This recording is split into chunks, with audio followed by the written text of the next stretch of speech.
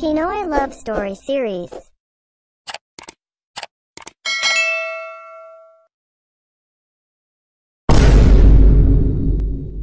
5 years nang namatay ang asawa ni Sue. Marami ang umaaligid sa kanya nang siya ay mabiyuda, ngunit wala siyang mapusuan na ipalit sa napangasawa kahit na nasa kategorya na siya ng tigang na single. And then she met Finn. Kapatid pala ito ng napangasawa niyang si Fidel. Kinulit siya ni Finn hanggang sa bumigay naman ang single na tigang. Pero sa pagbibigay niya ng sarili rito ay may natuklasan ito. At ang natuklasan nitong iyon ay ang wawasak pa pala sa puso ng isang single na kay tagal na nag-ingat na tulad niya. Whirlwind romance, iyon ang nangyari sa kanila ni Fidel. Hindi mapaniwalaan ni Sue na narito na silang dalawa at ikakasal sa huwes na ang tanging witness ay ang mga vendor na kanilang parehong pinagbibilhan ng yosi sa tapat ng kanilang university. Katapat din kasi ng munisipyo ang universidad kung saan sila nag-aaral, kaya ang mga ito na lang ang tinangay nilang witness at maging ang kasal kasi nila ay agaran. Salamat sa singsing na to, Fidel. Kahit sa silver jobs mo lang to binili ay napakahalaga nito sa akin. Nagniningning ang mga mata na tura ni Sue sa lalaking kakasal pa lamang sa kanya. 600 naman ang pares. Masakit na rin sa bulsa kahit hindi nasasanla, kaya ingatan mo yan, ha? Oo naman. Masaya silang nagyakapan. Hindi na muna tayo magha-honeymoon dahil sikreto lang naman ang kasal natin na tuso.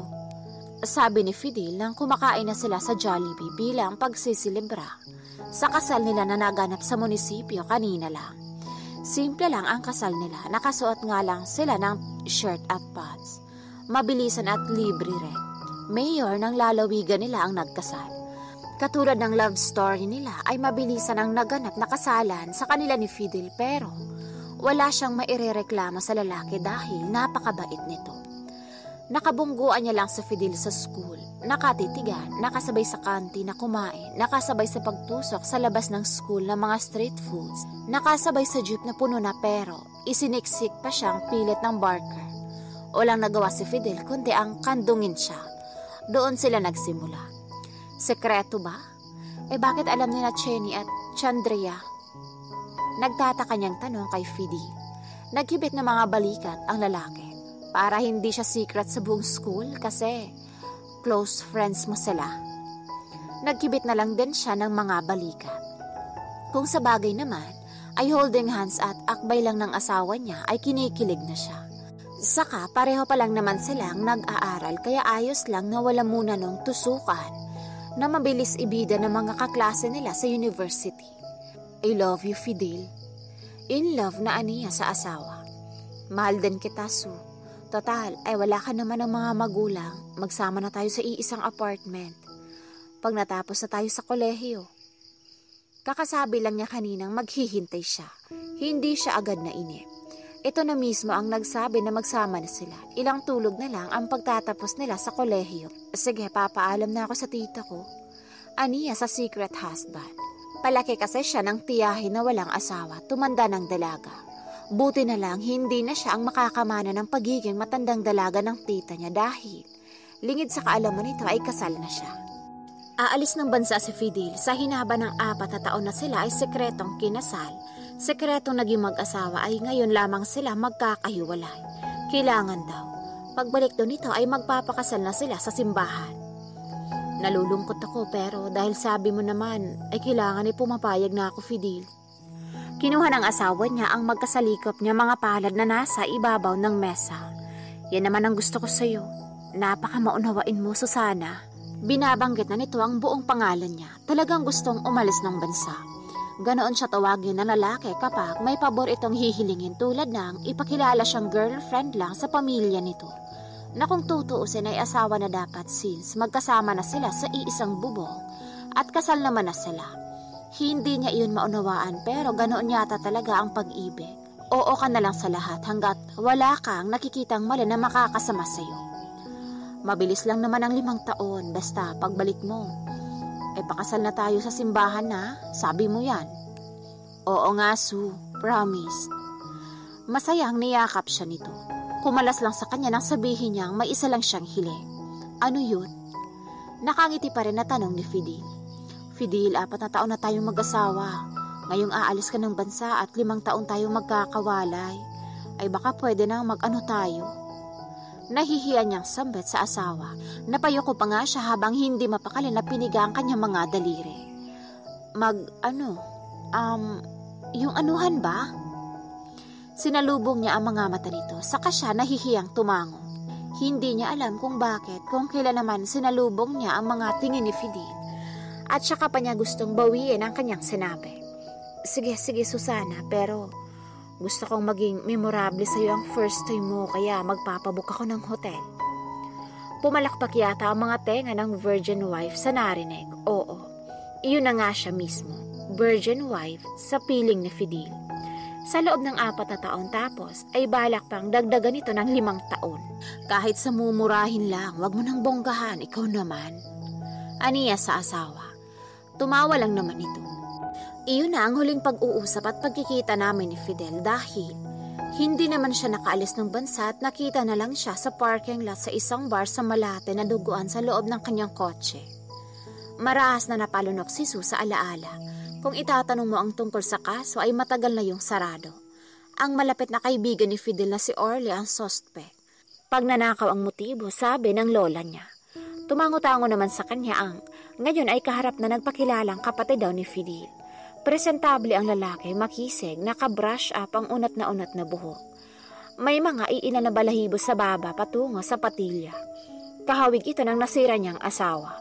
Dangan lang at mas gwapo itong dihamak dahil may mga mata naman si Sue na alam kong paanong magkumpara. Hindi ako magtatanong tungkol sa kaso. Mas lalong hindi ako naparito para itanong sa'yo si Kuya Fidel dahil alam ko naman na patay na siya. 5 taon ang nakakalipas. Nakipaglibing pa nga ako. Sabi ni Finn. Sana all naman Ako kasi walang naging balita kung saan siya binurol. Nagulat na lang din ako na ang ilibing na nasa balita nun. Lukot ang ilong niyang sagot. Ngumisi lang ang kanyang kausap na tila siya nakakaaliw na payaso sa mga mata nito.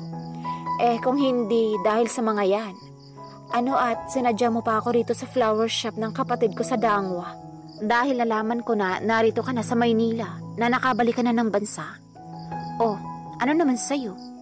5 years nang patay si Fidel. Susana, 5 years na nga, kaya nga ako narito para tulungan ka. Napamaang ang byuda. Tulungan? Hindi naman ako humihingi ng tulong Para saan? Para hindi ka manatiling member ng tigang. Tignan mo ang kalokohan mo, dinatini ka ng mga rosas nang wala sa oras. Pahiran mo na lang ng ointment yan, dami pang satsat Ani ni Finn sa nakababatang kapatid niyang si Fatima. Yung mga ganoon kasing byuda, sensitive yun. Sa susunod kasi wag mong mabiro ng ganon. Gatong na paninisi naman sa kanya ng pinsan niyang si Enrico. Sabi ko naman sa'yo, diba?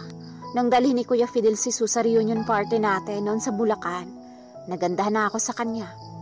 Kaya nang makita ko siya pagkatapos ng ilang taon na nakalipas ay hindi ko na naawat ang sarili kong biruin. Biro lang naman, galit agad.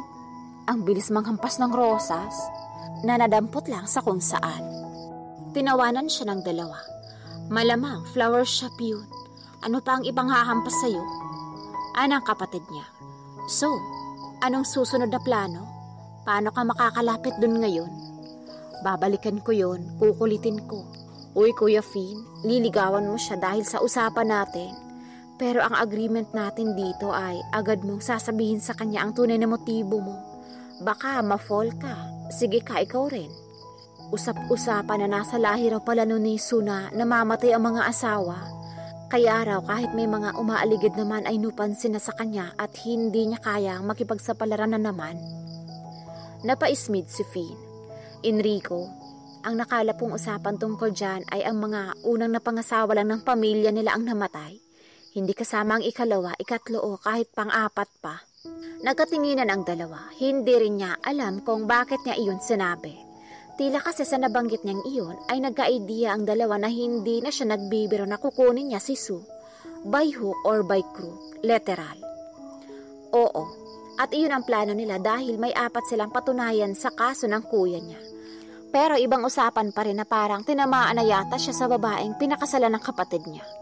Maganda naman kasi ang byuda, makinis at mabango. Naipilig na lang ni Finn ang sariling ulo upang mapalis sa mga kalokohan na inilalagay niya sa utak niya sa mga oras na iyon. Baka naman type ka lang nung tao o nagjo-joke lang. Ikaw naman, agad mong hinampas ka pa ng rosas tapos ngayon ay hahanapin mo. Hindi ko siya hinahanap. Tinatanong ko lang sa'yo kung bumalik ba dahil naiwan niya tong keychain niya na may mga susi. Baka mahalaga to at marami oh. Sagot ni Sue sa kapatid. Hinahanap mo nga kasi may naiwan. Ang gulo mo naman kausap. Hay, ewan ko sa'yo. Ikaw tong magulo kausap. Naikot na lang niya ang sariling mga mata at tinalikuran niya ang kapatid. Basta pag bumalik yun, tawagan mo ako kaagad. Pupunta lang ako sa bahay at naayos na raw. Bili na lang niya sa kapatid. Doon ka na ba sa bahay niyo ng ex-jowa mo matutulog mamaya? Oo, kaya ako nga pinaalis yung umupa ron, di ba? Hindi naman ako sabog para magpaalis ng nakaupa ng walang dahilan sa bel. Nang mamatay si Fidel ay napag-alaman niya sa kanya nakapangalan ang apartment na tinitirhan nilang dalawa kaya hanggang ngayon ay nasa kanya iyon. Wala rin kapamilya ang lalaki na nagpunta sa kanya para kunin iyon.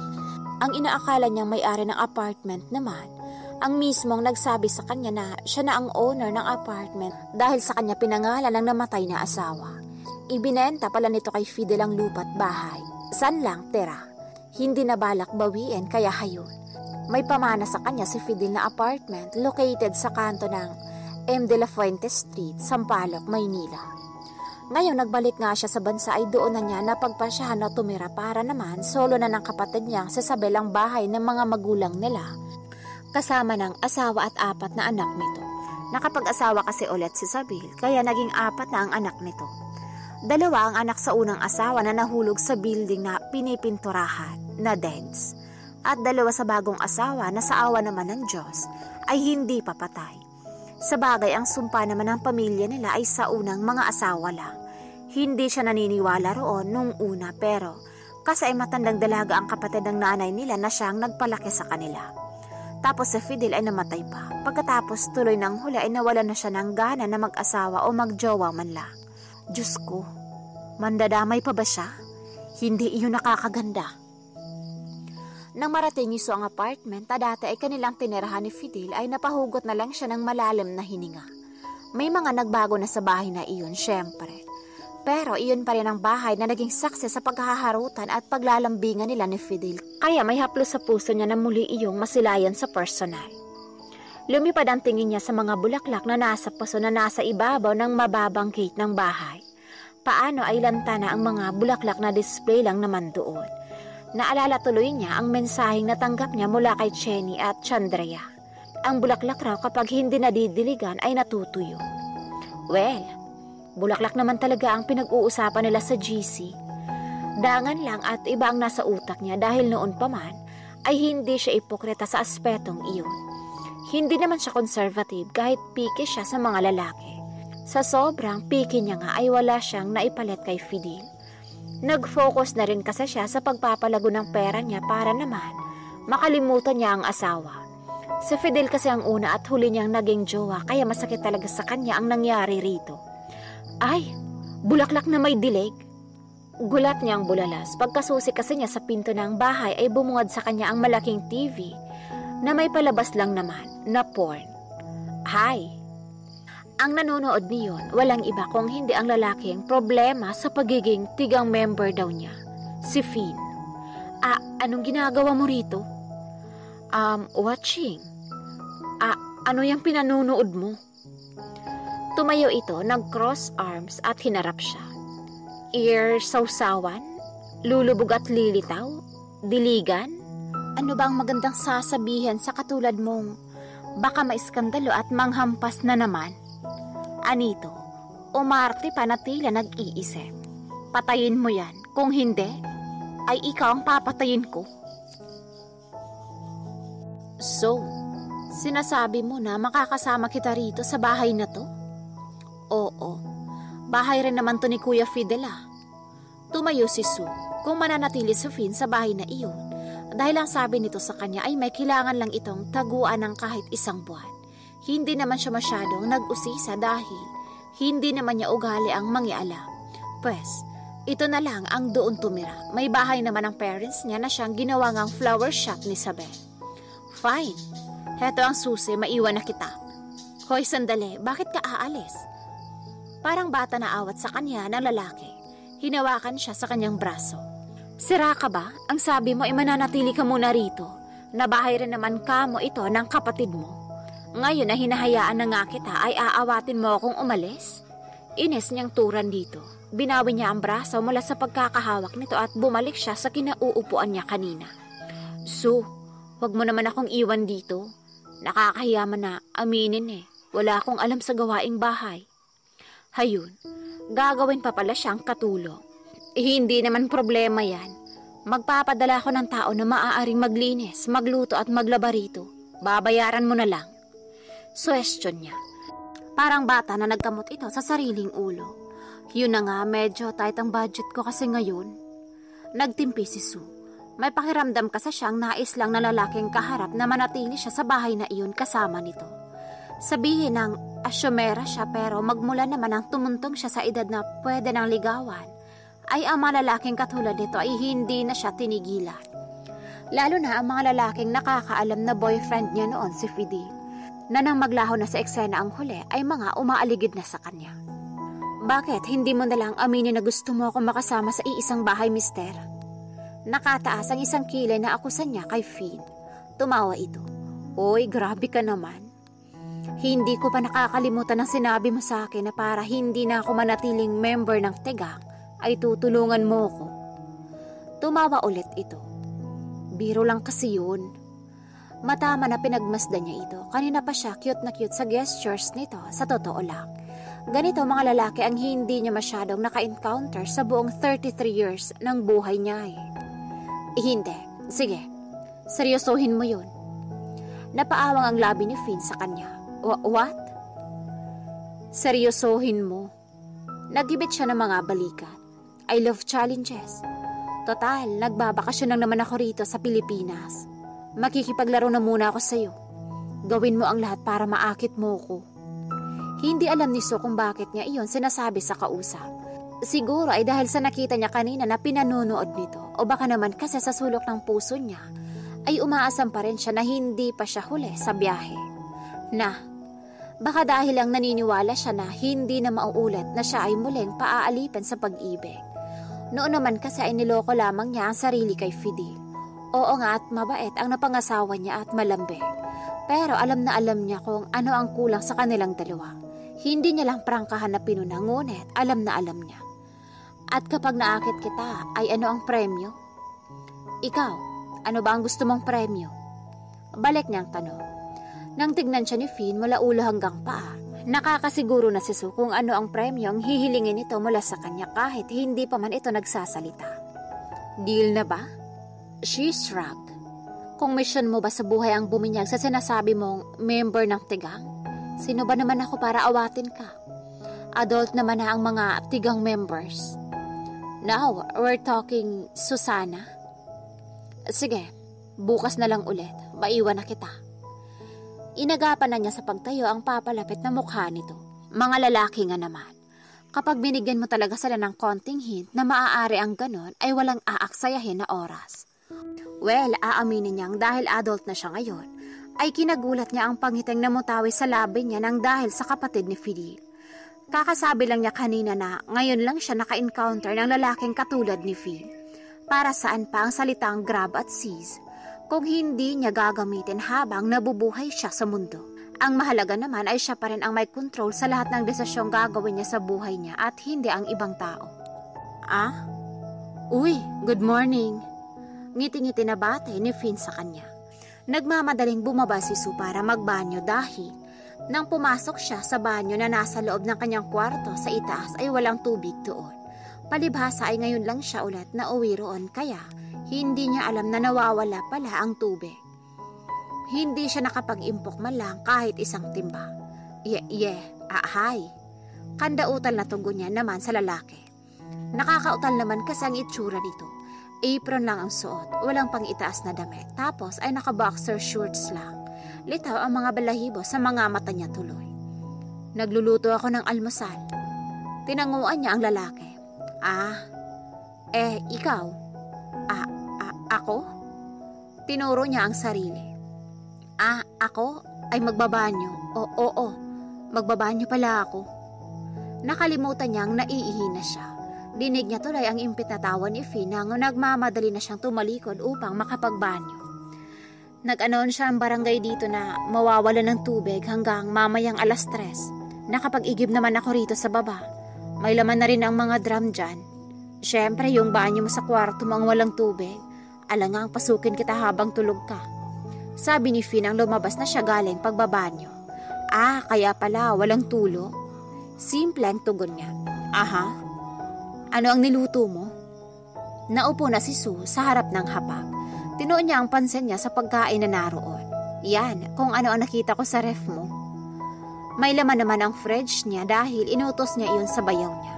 Pero grocery siya nito dahil plano nga niyang maperme sa bahay na iyon kahit 2 weeks lang sana. Itlog na may sibuyas, itlog na may sunny side up at scrambled ang nakahain sa mesa. Meron ding longganisa roon. Nagsasangag ka? Iyon ang napuna niyang kulang sa mesa. Yup.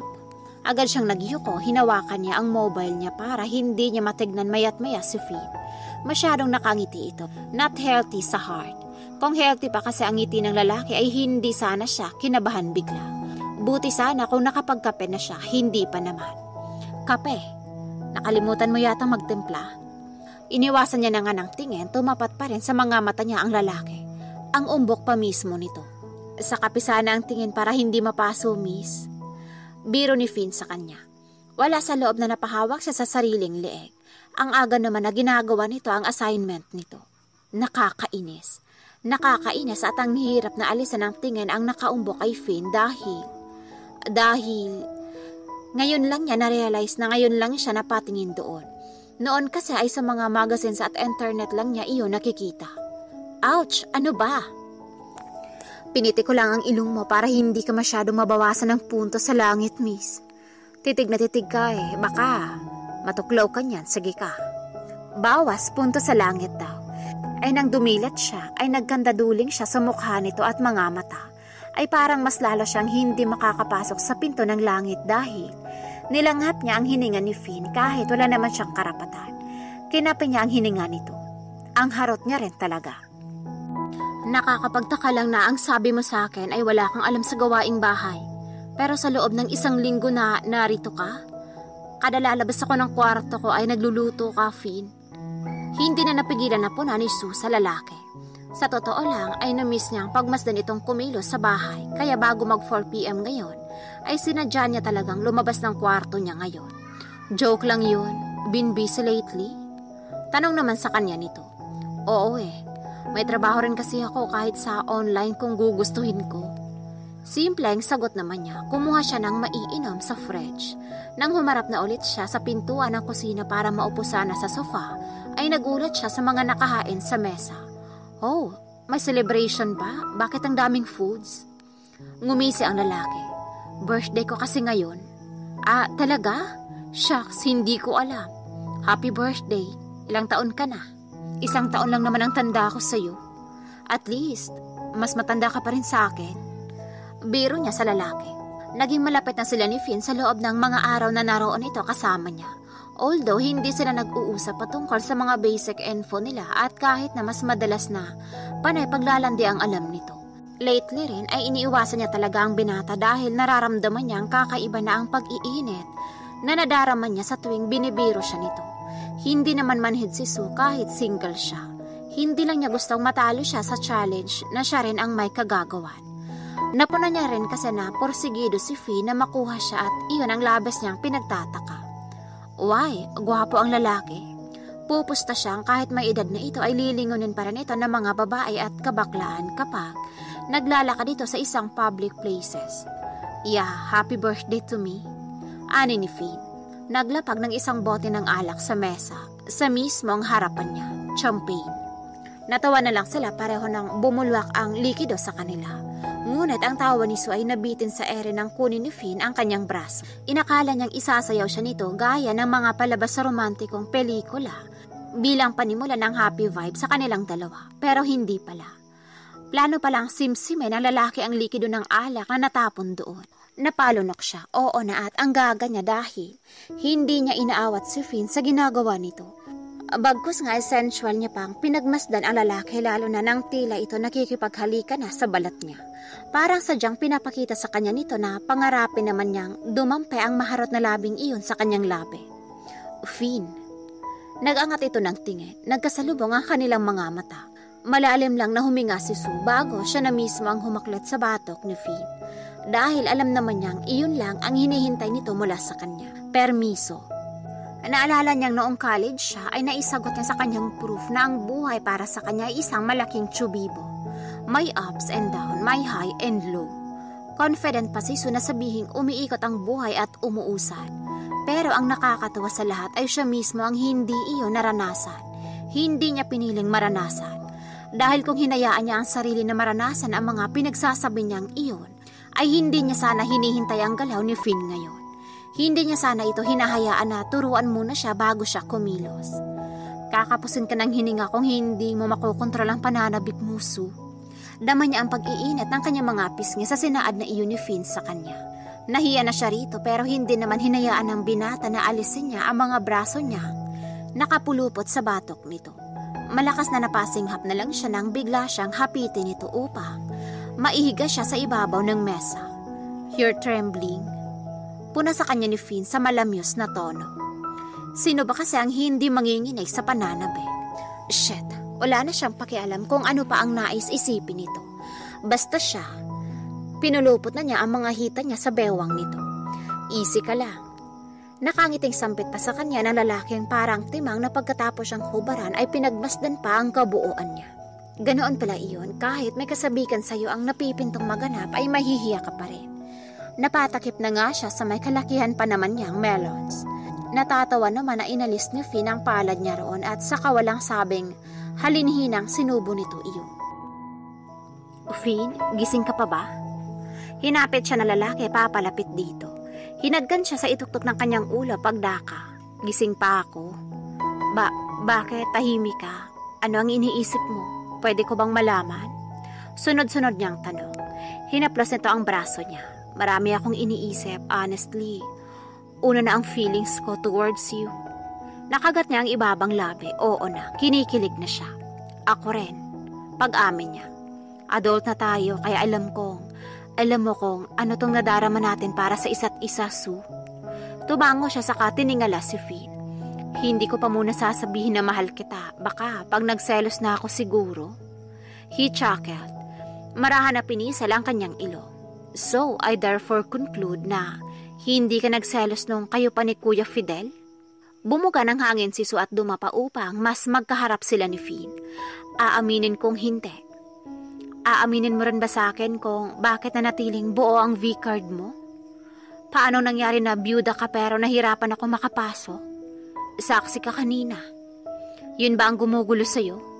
To be honest, not really. Kung hindi na yan entak, ay wala akong pakialam dahil byuda ka na. Kung sakali na buo pa, wala rin akong pakialam dahil hindi naman big deal sa akin yan. Ang big deal sa akin ay ang katotohanan sa likod ng pagkamatay ni Kuya Fidel. Kaya ka ba nakipaglapit sa akin dahil sa kaso ng kuya mo? Nang tumango si Finn ay dapat dinaaminin niya nasaktan siya. Pero sinabi ko sa yung close na yun na. Close na para sa mga pulis pero Sue, sa pamilya namin ay hindi pa dahil may umiikot na issue na bakla sa Fidel. Sue, sa totoo lang ay totoo yun. Ilang beses kong nahuli rin si Fidel na may kausap na lalaki. Binaliwala ko lang ang mga signs. Pagsisiwalat ni Sue, hindi rin ako kahit kailan na sinipingan ni Fidel. Ayos lang ang lahat sa akin dahil mabait siyang tao at noong mga panahon ay malaki ang naitulong niya sa mental health ko. Ginamit ka ni Kuya. I'm sorry, Sue.